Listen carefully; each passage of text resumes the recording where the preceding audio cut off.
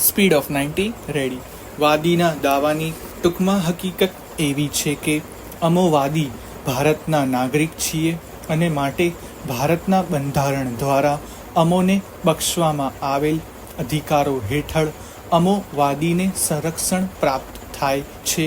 તે માટે દાવાળી મિલકત અમો વાદીના પ્રત્યક્ષ અને શાંત કબજા ભોગવટાની છે, જે આશરે 35 વર્ષ જેટલા લાંબા સમયથી અમો વાદીના વડીલ તથા તેમના પછી અમો વાદીના કબજામાં રહેલી જે મિલકતના શાંત અને પ્રત્યક્ષ કબજા ભોગવટામાં પ્રતિવાદીઓ દ્વારા કોઈ દીને વાંધો કે વિરોધ કરવામાં આવેલ નથી તથા સદરહુ મિલકતનો કબજો પ્રતિવાદીઓની ઈચ્છા વિરુદ્ધનો પ્રથમ દિનથી જ હોવા છતાં તેમના દ્વારા અમો વાદીને સદરહુ મિલકતના કબજામાંથી દૂર કરવા માટે કોઈ કાયદેસરની પ્રક્રિયા કરેલ નથી અને આજે પણ સદરહુ કાયદાની પ્રક્રિયા કર્યા સિવાય મનસ્વીપણે પ્રતિવાદીઓ કાયદાને હાથમાં લઈ સત્તાના જોર પર અમો વાદીના સ્થાપિત કબજાવાળી મિલકતમાંથી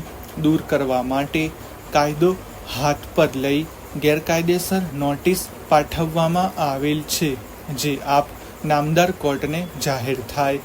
મોજે ગામ પચે ગામમાં તળાવ આવેલ છે. સદરહુ તળાવ પાસે આવેલી ખુલ્લી જગ્યામાં અમો વાદી દ્વારા અમો વાદીના મૂંગા અને અબોલ પશુધન માટે રહેવાની વ્યવસ્થાના ભાગરૂપે ઈંટ સિમેન્ટના ચણતરવાળી દિવાલ કરી તેના ઉપર પતરાના મારણવાળું રહેવા માટે વ્યવસ્થા તથા પશુધન માટે તબેલો કરવામાં આવેલ છે, જેમાં પાણીની વ્યવસ્થાના ભાગરૂપે બોર કૂવો કરેલ છે, જેમાં વપરાશ માટે લાઇટ નીરુબેનના ઘરથી લેવામાં આવેલ છે તથા સદરહુ જગ્યામાં જ અમો વાદી પણ રહેતા આવેલા છીએ.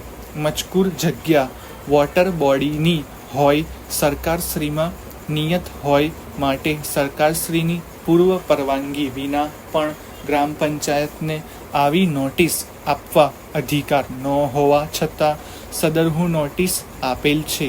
સદર મિલકતમાં ખૂંટ નીચે મુજબ છે. પેરેગ્રાફ. પૂર્વે નીરુબેનની મિલકત આવેલ છે, પશ્ચિમે તળાવ આવેલ છે, ઉત્તરે ગ્રામજનનો કૂવો છે અને દક્ષિણે મંદિર આવેલ છે. પેરેગ્રાફ. આ મિલકત ઉપર 35 વર્ષ ઉપરાંતથી અમો વાદીનો કબજો ભોગવટો છે. આજની તારીખે સદર મિલકત અમો વાદીના કબજામાં છે. અમો આ જગ્યા ઉપર છેલ્લા 35 વર્ષથી તબેલો બનાવી પશુપાલન કરીએ છીએ.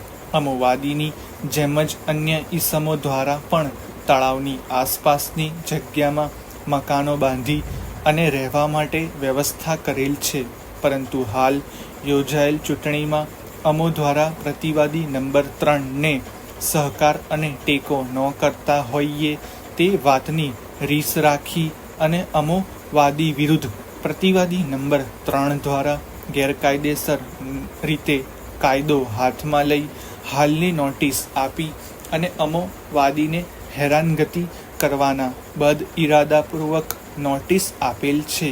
અમારી માહિતી અને જાણ પ્રમાણે જગ્યાની માલિકી વોટર બોડીની છે.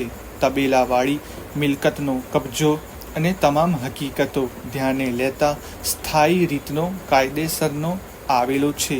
મજકૂર જગ્યામાં અમો વાદીએ 70 ફૂટ લાંબો અને 20 ફૂટ પહોળું બાંધકામ કરી અને વાદીને તથા વાદીના પશુને રહેવા માટે વ્યવસ્થા કરેલ છે.